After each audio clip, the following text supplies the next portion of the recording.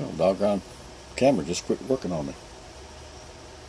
Well, what I was saying is that when I get done making this bucket, I'm going to coat the whole thing with beeswax to protect the surface of it, and it'll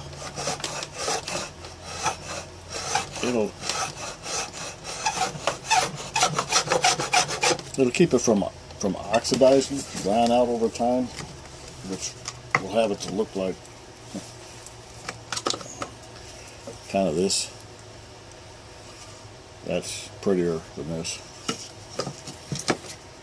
Looks like somebody's pine wood floor has been waxed.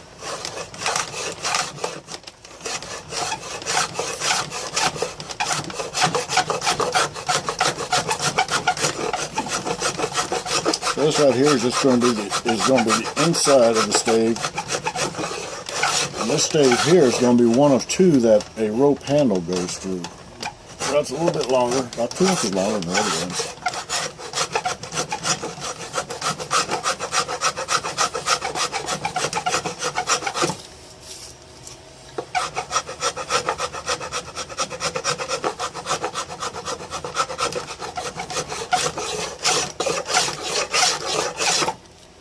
Alright.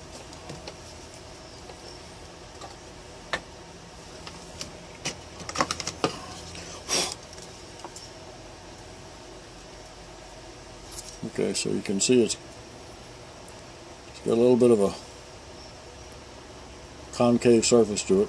Not a whole lot, just a little bit. I gotta touch this end up here a little. And we'll start doing the outside of it. Boy, that stuff's hard.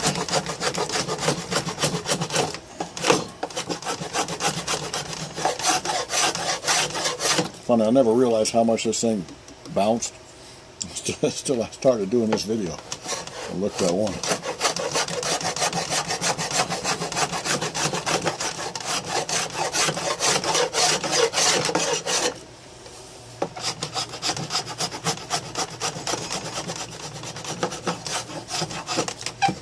Alrighty, a little bit more. I'll tell you what, you talk about some really good fire starter.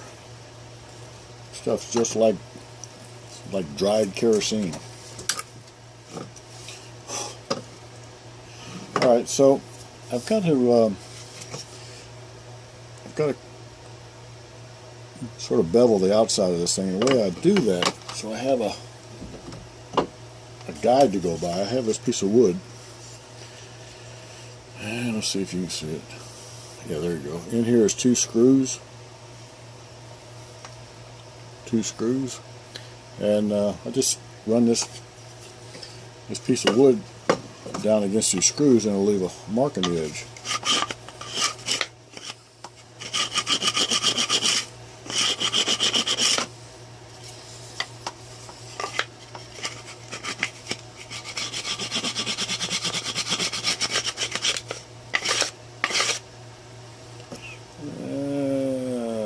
You might be able to see that.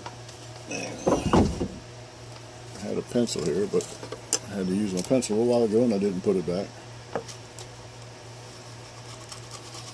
Darken this with an ink pen. Yeah, there it is. So that right there is the, boy, I need to become a better cameraman, that's for sure. Right there is the line. I've done that on both sides. I have to be aware of which way this grain goes. You'll never be able to see it, but this grain is kind of cut like that. And if I go this way with a draw knife, it's going to get in there and just rip the stuff out. So I have to go this way with it. And these being the fingers representing the fibers of the wood. I'm going to go that way so it doesn't dig into it. If I dig into it, this stuff being old and as brittle as it is, it'll tear out a chunk real quick. So just about a hair too long for my jig here. There we go. Yeah. So I'll take it right at the edges, right down to the line that I drew on the side. I get down there pretty quick, as fast as I can on the edge, so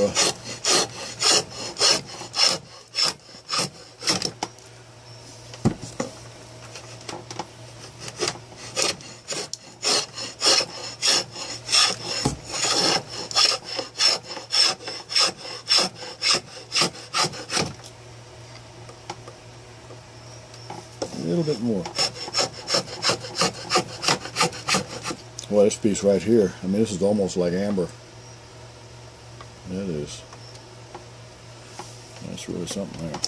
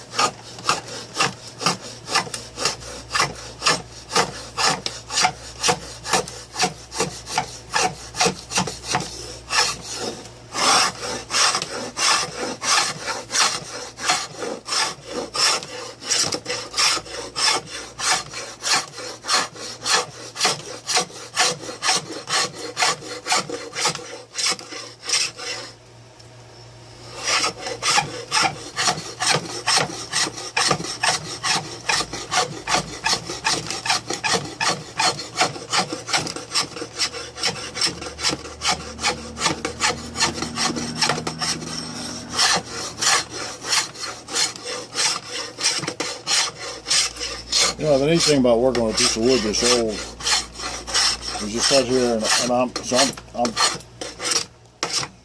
just shaving away. And so this tree was cut down in 1906.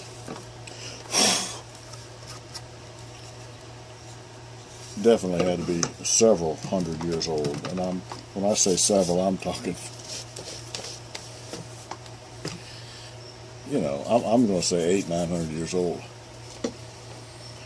So, in that time period,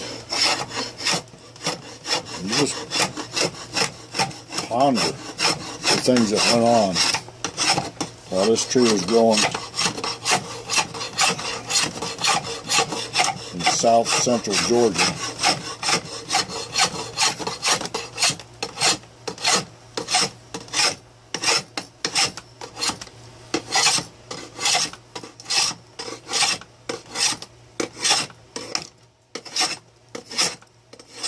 See, that's what I'm talking about. I get carried away, forget that I'm working on such an old piece of wood, and it just rips out.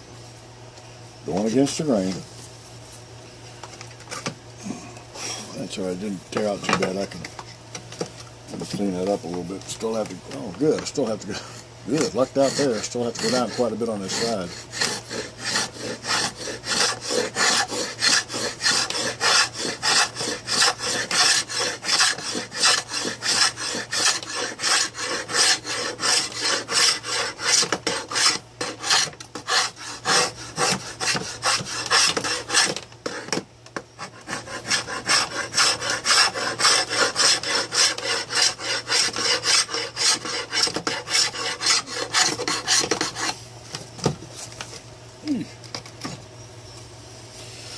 Alright, look at there.